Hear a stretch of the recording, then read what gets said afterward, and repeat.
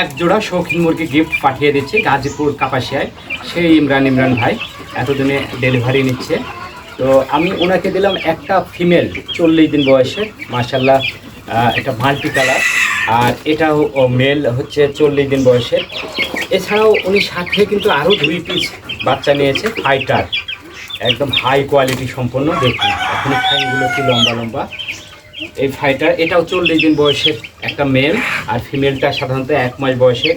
এই অতিরিক্ত গরমের মাঝে কিন্তু আমি এই কার্টুনটা এইরকমভাবে দিচ্ছি।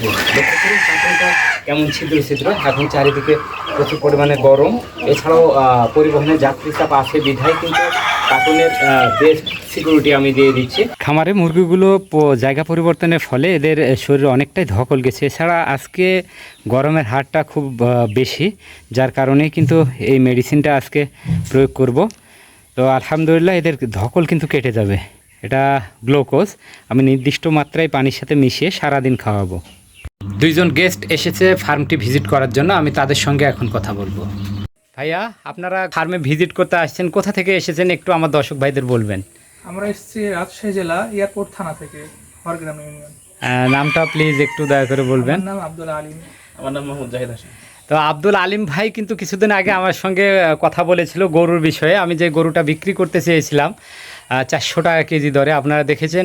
সেই গরুটা কিন্তু আসলে ওনার নেওয়ার আগ্রহ ছিল, কিন্তু এক দালাল মাঝখানে ঝামেলা করে ফেলেছে, যার কারণে কারো ভাগ্যে হয় না এখন পর্যন্ত আমার ফার্মে সেই গরুটা পড়ে আছে। সে যাই হোক, ওনারা কিন্তু আমার ফার্মে আজকে এসেছে ভিজিট করতে ব্রাহ্মা মুরগি প্লাস বিভিন্ন রকমের বিভিন্ন জাতের যে শৌখিন মুরগিগুলো আছে, এই শৌখিন মুরগিগুলো দেখতে আসছে। তো ভাইয়া, আপনি যে আমার ফার্মের শৌখিন মুরগিগুলো দেখলেন, তো কেমন দেখলেন মুরগিগুলো একটু বলবেন। আলহামদুলিল্লাহ অনেক ভালো দেখেছি, ক্যামেরাতে যেমন দেখা যায় সরাসরি দেখে আরো অনেক ভালো লেগেছে। আলহামদুলিল্লাহ অনেক ভালো। যাক, তা আপনারা আজকে আমার ফার্মে থেকে কি নিলেন একটু দর্শক ভাইদের বলেন। আমরা আসলে আজকে ডিম নিলাম, ব্রাহ্মা বাপ ব্রাহ্মার কয়টি নিয়েছি, লাইট ব্রাহ্মা এবং সিল্ক মুরগি ডিম নিয়েছি। আলহামদুলিল্লাহ আমিও চেষ্টা করেছি ভালো ডিমগুলো দেওয়ার। ভাইদেরকে দেওয়ার পরে বাকি যে ডিমগুলো আছে সবগুলো ডিমই আমি মেশিনে বসিয়ে দিই। মাশাল্লাহ অনেক ডিম, দেখুন এই যে উপরে আরও আছে 2 কেজ, ও এই পাশেও আছে।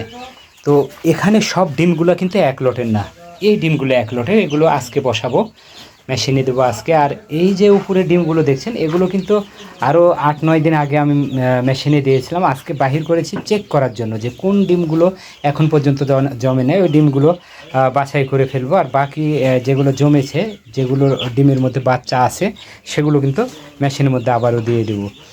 আর এই পাশে যে ডিমগুলো দেখছেন এগুলো কিন্তু আদৌ ডিম না, ডিমের খোসা। এই ডিমের খোসাগুলোরও কাজ আছে। দর্শক, ভিডিওটি আর লম্বা করব না, ডিম থেকে সঠিক প্রক্রিয়ায় কীভাবে বাচ্চা উৎপাদন করা হয় সে বিষয়টা নিয়ে অন্য কোনো ভিডিওতে আলোচনা করব ইনশাআল্লাহ। তো আমাদের ভিডিওগুলো নিয়মিত দেখতে অবশ্যই চ্যানেলটি সাবস্ক্রাইব করে রাখবেন। সবাই ভালো থাকবেন। আসসালামু আলাইকুম।